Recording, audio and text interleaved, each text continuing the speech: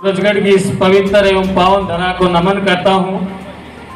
वीर शिरोमणि महाराणा प्रताप जयंती समारोह आज सूरजगढ़ में करणी सेना द्वारा आयोजित इस कार्यक्रम में पधारे मंचासीन राष्ट्रीय राजपूत करणी सेना के प्रदेशाध्यक्ष आदरणीय मनोहर सिंह जी घोड़ीवाला साहब, किसान मोर्चा के जिला अध्यक्ष आदरणीय रतन सिंह जी और युवा नेतृत्व की पहचान बड़े भाई मनजीत सिंह जी, सरपंच प्रतिनिधि काजड़ा, रणजीत सिंह जी ठेकेदार, कैप्टन विजयपाल सिंह जी, अजीत सिंह जी बड़ौदा, सुरेंद्र सिंह जी चौहान साहब, नरेंद्र जी, तमाम मंचासीन अतिथि और मंच और इस मंच की शोभा को चार चांद लगाने वाले मंच के समक्ष विराजमान पिता तुल्य बुजुर्गों, नौजवान साथियों, आप सबको मैं एडवोकेट शिवराज राठौड़ प्रणाम करता हूं। जय माता जी की, खमा गणी, जय गोपीनाथ जी की। आज का जो ये कार्यक्रम उस महान योद्धा को अर्पित और समर्पित जिसकी वीर गाथाएं जहां भी हमें सुनने को मिलती हैं, जहां जिनके चित्र हमें देखने को मिलते हैं तो गर्व से सीना चौड़ा हो जाता है। और ये जो गर्व की बात है ये कोई एक या दो दिन के संघर्ष से नहीं उत्पन्न हुई। जिस व्यक्ति ने 1540 में जन्म लेकर और 1585 तक अनवरत इस मातृभूमि के लिए, इस मातृभूमि की रक्षा के लिए संघर्ष किया, उसी का परिणाम है कि आज क्षत्रिय कौम ही नहीं अपितु 36 कौम अगर गर्व से इतिहास में किसी का नाम लेती है तो वो वीर शिरोमणि महाराणा प्रताप का नाम है। साथियों, आपको मैं बताना चाहूं, जिस समाज में हमने जन्म लिया उस समाज के युवाओं के प्रेरणा स्रोत वीर शिरोमणि महाराणा प्रताप के जीवन परिचय पर थोड़ा सा प्रकाश डालने के लिए मुझे मंच से आदेशित किया गया।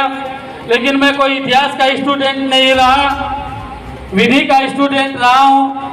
फिर भी जहां तक मेरी जानकारी है मैं कुछ ऐतिहासिक तथ्य महाराणा प्रताप से अलावा आपको बताना चाहता हूं, क्योंकि 22 तारीख को महाराणा प्रताप जयंती समारोह था। तब से लेकर आज तक सोशल मीडिया पर एक से एक जानकारी आप लोगों को देखने को मिल रही है।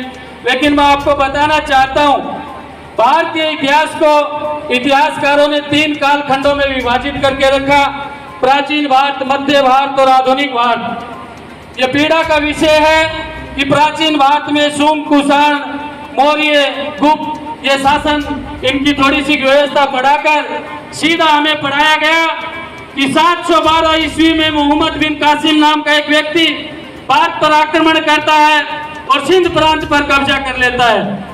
और उसके बाद में सीधे हमें ले आते हैं कि 1192 ईस्वी में एक गौरी नाम का व्यक्ति दिल्ली पर आक्रमण करता है और पृथ्वीराज चौहान को हराकर दिल्ली पर शासन कर लेता है। और सीधे इतिहास को ले आते हैं मध्यकाल में और स्टार्ट करते हैं मुगल काल की पूरी गाथाएं हमें पढ़ाना शुरू कर देते हैं, मुगल काल की प्रशासनिक व्यवस्थाएं हमें पढ़ाना शुरू कर देते हैं। उसके बाद मैं आपको बताना चाहूंगा कि जो हमारा कालखंड जो समेट के रखा है इन लोगों ने 500 साल में, 712 से लेकर 1192 तक, वो जो समय था वो क्षत्रियों का समय था। लेकिन जो क्षत्रियों की उपलब्धियां थी वो कहीं पर भी हमारे को बताई नहीं गई, पढ़ाई नहीं गई। और जो चीजें हमारे सामने पेश की गई वो तोड़ मरोड़ कर पेश की गई। जिसके लिए जिम्मेदार कौन है, कौन रहा, कौन नहीं, ये बात बताने की नहीं, आप सब भली भांति जानते हैं। मैं आपको बताना चाहता हूं कि कई बार विद्वान लोग भावनाओं में बहकर कह देते हैं कि जब अकबर ने मेवाड़ पर चढ़ाई की, मैं आपको बताना चाहता हूं कि अकबर की इतनी औकात नहीं थी कि उसने कभी मेवाड़ पे चढ़ाई की हो। अकबर के सामने जब रात को कोई महाराणा प्रताप का नाम ले देता था तो वो नींद में कांप उठता था। ऐसे शौर्य प्रतापी हमारे महाराणा प्रताप जी थे। अकबर अपने जीवन काल में कभी भी महाराणा प्रताप के भय से, मैगजीन के दुर्ग से आगे नहीं गया। उसने सिर्फ सेना के प्रतिनिधि मंडलों को भेजा या फिर समझौते के लिए किसी क्षत्रिय योद्धा को भेजा। आपको बताना चाहूं, महाराणा प्रताप की जीवन गाथा अगर मैं यहाँ बताना शुरू कर दूं तो सुबह से लेकर शाम तक समय कम पड़ जाएगा। मंच की कुछ मर्यादाएं हैं। आज की सभा के कुछ उद्देश्य अलग है। आपको सीधा सीधा मैं लेकर चलना चाहता हूं कि इस मंच के समक्ष इतिहास की या कोई ज्ञान की या समाज की कोई ज्वलंत पीड़ा अगर मैं इनके सामने रखूं तो सूरज को दीपक दिखाने जैसी होगी। लेकिन मेरे को जहां भी अवसर मिलता है, जैसे भी अवसर मिलता है, आप सबको भली भांति पता है कि मैं प्रत्यक्ष रूप से राजनीतिक प्रभावित व्यक्ति हूं। तो मेरे को जहां भी अवसर मिलता है, मेरा एक संदेश मेरे समाज के युवा साथियों के लिए रहता है। युवा साथियों, मैं आपको बताना चाहता हूं कि चाहे ऐतिहासिक कोई भूल हुई हो या इतिहास में कोई गड़बड़ हुई हो या इतिहास में कोई छेड़छाड़ हमारे साथ हुई हो या फिर वर्तमान की कोई परिस्थितियां हो, इस सब का मात्र और मात्र एक कारण है, तो वह है शिक्षा। आज का युवा, वर्तमान का युवा जब समाज को आधुनिक और वैज्ञानिक चिंतन के साथ आधुनिक दृष्टिकोण अपनाते हुए आगे बढ़ने की जरूरत है, उस समय भी हम पुरानी बातों में, पुरानी जो सिस्टम है उसमें उलझे रहते हैं आपस में एक दूसरे में। मैं आप सबसे विनम्र आग्रह करना चाहता हूं कि आज के जो युग है इसके अकॉर्डिंग हमें शिक्षित होना पड़ेगा।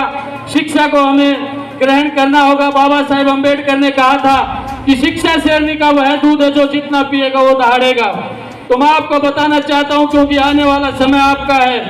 आज अगर 36 कौम को किसी को कुशल नेतृत्व की क्षमता किसी में नजर आती है तो मात्र और मात्र क्षत्रिय कौम है। आज अगर किसी को कुशल प्रशासक की अपेक्षा है तो वो आपसे है। आज 36 कौम में अगर किसी के साथ अन्याय होता है तो न्याय की उम्मीद अगर किसी को है तो वो आपसे है। तो आपसे मेरा आग्रह है कि आपको 36 कौम को जोड़ के रखना होगा, 36 कौम को संरक्षण का आपको विश्वास दिलाना होगा। साथियों, बताना चाहूंगा कि ये जो वर्तमान युग आर्थिक युग है, प्रत्येक व्यक्ति को व्यवसायों में आगे बढ़ना है, समाज में एक दूसरे को कोऑपरेट करते हुए आगे बढ़ना है। सभी से मैं कहना चाहूंगा कि आप राजनीतिक थोड़ी सी बात हो जाए, जैसा कि मैंने आपको बताया थोड़ा बहुत राजनीतिक प्रभावित व्यक्ति हूं, तो जब वहां पे बात आई जाती है, वैसे कोई राजनीतिक मंच नहीं, सामाजिक मंच है। आगामी जो वर्ष है वो चुनावी वर्ष है साथियों, और इस चुनावी वर्ष में युवा साथियों का मेरा एक संदेश है कि बहुत से नेता, युवा दिलों की धड़कन, हर दिल अजीज, पता नहीं कैसे कैसे उपमा और अलंकार लेकर आपके बीच में आएंगे। तड़कती भड़कती जवानी, भटकती हुई जवानी, और आपको बरगलाने का काम करेंगे। लेकिन आपसे मैं आग्रह करना चाहता हूं कि ये जो नेतृत्व की शान बने घूम रहे हैं, इनको सीधा सीधा ये कहना है कि सूरजगढ़ विधानसभा का क्षत्रिय किसी के बहकाव में आने वाला नहीं है, किसी का फॉलोअर बनने वाला नहीं है। हम निश्चित तौर पे आज आदरणीय अध्यक्ष जी और रतन सिंह जी यहाँ मंच पर विराजमान हैं, इनकी उपस्थिति में करणी सेना की सपोर्ट से, क्षत्रिय सभी संगठनों की सपोर्ट से हम एक आगाज करने जा रहे हैं। हम गांव-गांव, ढाणी-ढाणी जाकर क्षत्रिय कौम को जागृत करने का काम करेंगे कि आगामी विधानसभा में क्षत्रिय समाज अगर किसी की सपोर्ट में उतरेगा तो वो अपने खुद की सपोर्ट में उतरेगा, और उनसे हम अपना वादा पहले तय करवाएंगे कि चाहे लोकल बॉडी की बात हो, चाहे राजस्थान के विधानसभा की बात हो, चाहे देश के लोकसभा की बात हो, अनुपातिक तौर पर जो पार्टी हमारे को हमारा प्रतिनिधित्व देगी हम उसके साथ रहेंगे। आप सबसे मैं आग्रह करना चाहता हूं, मैं आपको बताना चाहता हूं, समाज की जो सबसे बड़ी भूल है, हमारे पास एक मैसेज आता है कि बताइए साहब आप किस पार्टी को सपोर्ट करोगे, आप किस व्यक्ति को सपोर्ट करोगे। तो हमारे जो संरक्षक महोदय बैठे हैं, मैं आपके चरणों में निवेदन करना चाहता हूं कि आप सीधा सीधा कह देते हैं कि भले कोई कुत्ते को टिकट दे देना, हम तो उसके वोट डालेंगे। आपको एक कुत्ते बिल्लियों को वोट देना बंद करना होगा। आपको ये सर्वे में कहना होगा कि जो हमारी समाज की बात रखेगा, जो हमारी समाज का प्रतिनिधित्व तय करेगा, हम उस पर विचार करेंगे और समाज एक जाजम पर बैठकर अपना भविष्य तय करेगा। ये आपसे निवेदन करना चाहता हूं। आज ये जो आयोजन करणी सेना के द्वारा किया गया, आप और हम सबको रूबरू होने के लिए करणी सेना ने अवसर दिया, इसके लिए मैं बारंबार करणी सेना का दिल से धन्यवाद देना चाहता हूं। भले ही संख्या कम है, आयोजन छोटा है, लेकिन एक शुरुआत है। जो पिछले 4-5 साल से सूरजगढ़ के अंदर क्षत्रिय कौम सोई हुई थी, उसको निश्चित तौर पर आपने जगाने का काम किया है, और अभी तो ये कारवां शुरू हुआ है। जैसे जैसे हमारे बुजुर्गों का, नौजवान साथियों का साथ सहयोग मिलता रहेगा, हम निश्चित तौर पर आगे बढ़ते रहेंगे। आज आप सब के आशीर्वाद से हम एक आगाज करने जा रहे हैं कि जल्द निकट भविष्य में जो हमारे 40-45 गांव सूरजगढ़ विधानसभा में है, प्रत्येक गांव ढाणी में जाकर एक चौपाल लगाकर उनको जगाने का काम करेंगे। आपसे अपेक्षा करते हैं कि आप अपना भरपूर सहयोग एवं समर्थन इन बच्चों को देंगे, क्योंकि इस क्षेत्र की परिस्थिति से आप भली भांति वाकिफ हैं। क्योंकि यहाँ पर न तो कोई बड़ा चेहरा हमारे पास है, न कोई इतनी बड़ी धन की व्यवस्था हमारे पास है कोई व्यक्ति कर सके। क्योंकि आजकल ये जो नेता बने घूम रहे हैं ना, इन्होंने एक कल्चर यहाँ पैदा कर दिया, कोई नाचने गाने वाले ले आते हैं और संख्या इकट्ठी करके और हमारी संस्कृति और संस्कारों को खराब करने का काम कर रहे हैं। निश्चित तौर पर आप सबके सहयोग एवं आशीर्वाद से इन पर लगाम लगाएंगे। आप सब ने यहाँ आकर मान सम्मान दिया, बड़े ही शांति और सद्भावपूर्वक से मुझे सुना। आप सबका बहुत बहुत धन्यवाद। जय हिंद, जय भारत, जय राणा प्रताप।